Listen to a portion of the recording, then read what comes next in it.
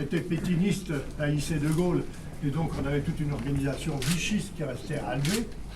J'ai trouvé là un ami à moi qui s'appelait Fernand Bonnier de la Chapelle, un ami d'enfance. C'est lui qui a exécuté Darlan en 1942, donc je me suis retrouvé avec la police aux fesses. Donc les Anglais ont préféré m'évacuer sur l'Angleterre. Je me suis retrouvé sur une corvette en direction de Gibraltar. Et là, je suis tombé sur deux officiers qui sont sortis du Découti et qui m'ont dit, nous, on était en Tunisie et on coulait des bateaux italiens. Je dis, comment vous faisiez? On m'a dit, on n'avait rien, on n'avait ni panne, ni rien, ni masse, ni quoi que ce soit. On était nus avec des maillots de bain, mais les Anglais nous avaient livré ce qu'ils appelaient des limpets, c'est-à-dire des patelles de Malte. Et à ce moment-là, on a coulé 5-6 bateaux italiens. Et j'ai découvert à ce moment-là que les premiers nageurs de combat qui n'avaient jamais opéré avec succès pendant la guerre étaient français, non pas italiens comme on croit, parce que les premiers italiens ont coulé des croiseurs anglais uniquement, des cuirassiers anglais, pardon, en décembre 1941 seulement. Donc vous savez que les premiers nageurs, ça ne sait pas du tout, mais comme je m'en vais en Angleterre faire une conférence à la Royal British Diving Society, je vais leur raconter l'histoire, ça va les embêter, mais ça fait rien. C'est pas les Italiens, c'est nous les premiers. Voyez quoi, avec ses amis, je me suis retrouvé à Gibraltar. À Gibraltar, il y a à ce moment-là Lionel Crabb, qui était la légende de la plongée, qui nous a invités à lui rendre visite. J'ai découvert à ce moment-là un petit homme malingre qui balayait environ 100 bateaux sur la rade, qui essayaient de tirer les mines qu'avaient mis les Italiens, qui n'avaient rien, ni panne, ni masque, ni rien du tout, s'il avait des masques faits dans des vieux masques à gaz. Et un Davis, c'était un truc qui s'appelait le Davis, c'est un machin méditois, c'est né sous la reine Victoria. C'est un vieux truc à oxygène là, qui a été breveté simplement en 1912. Et puis on a bu avec Lionel quand même, il y avait quelques tonnes de rhum, qui avait de quoi faire tomber un régiment de Cosaques. Quand il marchait sur le rhum, c'était quelque chose d'extraordinaire. Donc je me suis retrouvé en Angleterre avec mes deux amis qui s'appelaient Vallée et Gaillot, qui avaient fait donc les premiers nageurs de combat. Nous avons été parachutés les uns et les autres en Bretagne et en Normandie. Je les ai vus une dernière fois en début de 1944 en partant d'Angleterre, où j'avais été blessé sur un avion. Mais malheureusement, eux ont été pris par les Gestapo et ils ont disparu. Le premier nageur de combat, François Vallée, a été fait par le général de Gaulle, compagnon de la Libération, et il a reçu la Military Cross de la part du roi Georges VI. Voilà. Donc après-guerre, j'avais complètement oublié ces histoires de nageurs de combat.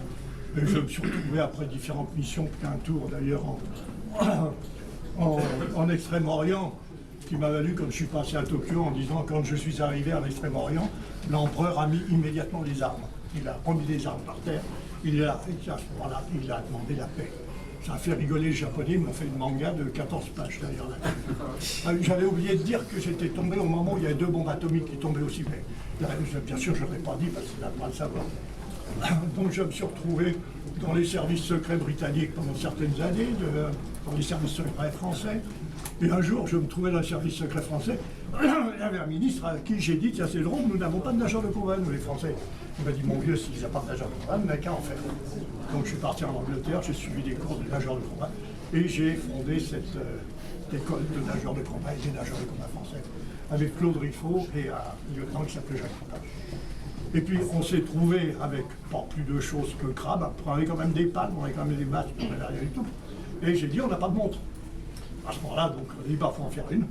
Alors on a commencé par faire d'abord les nageurs de combat, parce qu'il n'y avait pas de nom, on a fait nageurs de combat. Ensuite, on a fait cet insigne avec un tire-ligne, du papier millimétré et une règle. Puis ensuite, on a dit, on va faire une montre, on a fait une montre. Alors on a fait une montre. On a dessiné ce qu'on appelle maintenant la 50 Fathom, je crois, c'est ça, avec des...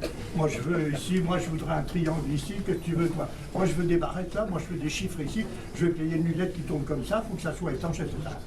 Une fois qu'on a fait tout ça dans notre beau papier, je dis, monsieur, ça n'a aucun avenir commercial, votre truc, ça vaut rien, mais jamais, bien, pas possible. Bon, alors on est allé à Spirotechnique, là, qui s'appelait Spirotechnique, qui est devenu Aqualum, et qui est allé trouver, je ne sais pas comment, une minuscule petite boîte suisse, qui s'appelait Blancpain, je crois, parce que c'était des petits horlogers qu'on fabriquait cette petite montre, qui a priori a quand même pris un certain essor, parce que quelques années après, c'est Lipp qui est allé se prostituer pour pouvoir mettre son nom sur le cadran.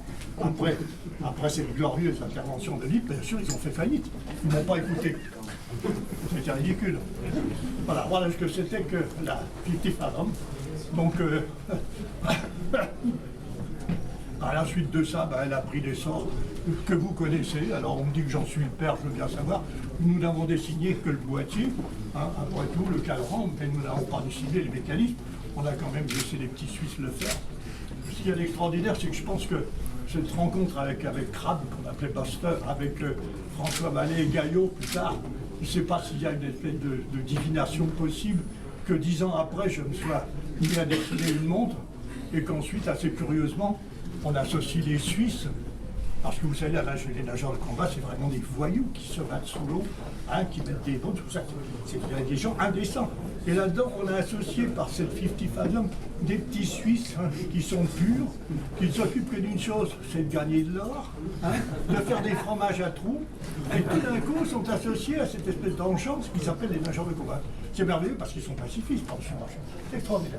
Bon, ceci dit, maintenant, je voudrais vous dire que j'ai pensé à quelques petites choses en me disant, vous êtes là tous collectionneurs de montres, on va se voir un jour, on ne se reverra jamais.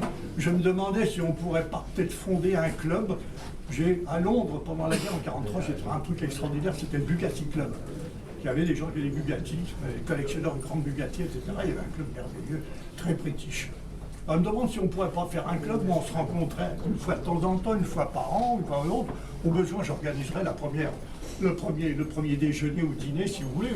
Au besoin, si c'est trop cher pour Plantin, c'est possible. Au besoin, on pourrait au moins se faire un livre d'or. On mettrait nos noms, on aurait nos numéros de téléphone et on pourrait se téléphoner. Enfin, si c'est pas trop cher pour Plantin, parce que n'exagère pas, Bob, s'il te plaît. Bon, alors là, je vais me fâcher avec eux, alors je préfère m'arrêter là. Merci, Bob. Merci, Narration.